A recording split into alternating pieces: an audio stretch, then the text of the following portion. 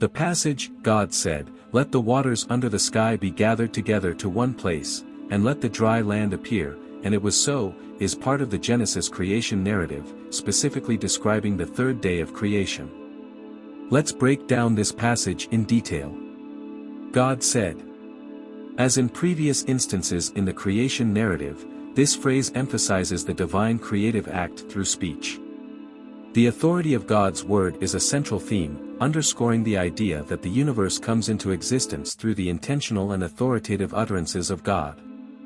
Let the waters under the sky be gathered together to one place, and let the dry land appear. This command outlines a significant creative act. God's directive involves the gathering of waters and the emergence of dry land.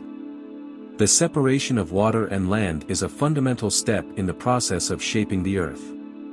The command is both a declaration of divine will and an expression of God's mastery over the elements.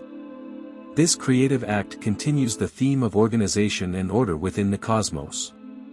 It introduces a distinct differentiation between the watery expanses and the emerging land masses, establishing the physical foundation for diverse forms of life.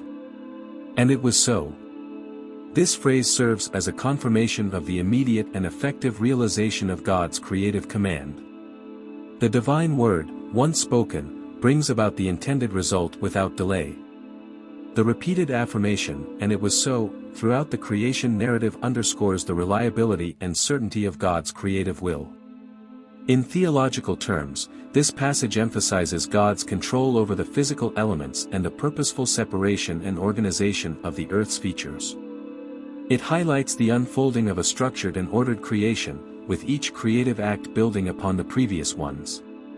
The subsequent verses in the creation narrative will further develop the earth's features, including the introduction of vegetation. The distinct acts of creation, marked by God's commands and their immediate fulfillment, contribute to the overarching theological theme of a purposeful and intentional unfolding of the created world. In summary, this passage describes the divine command to gather the waters and let dry land appear, illustrating the organized and purposeful progression of creation according to God's will.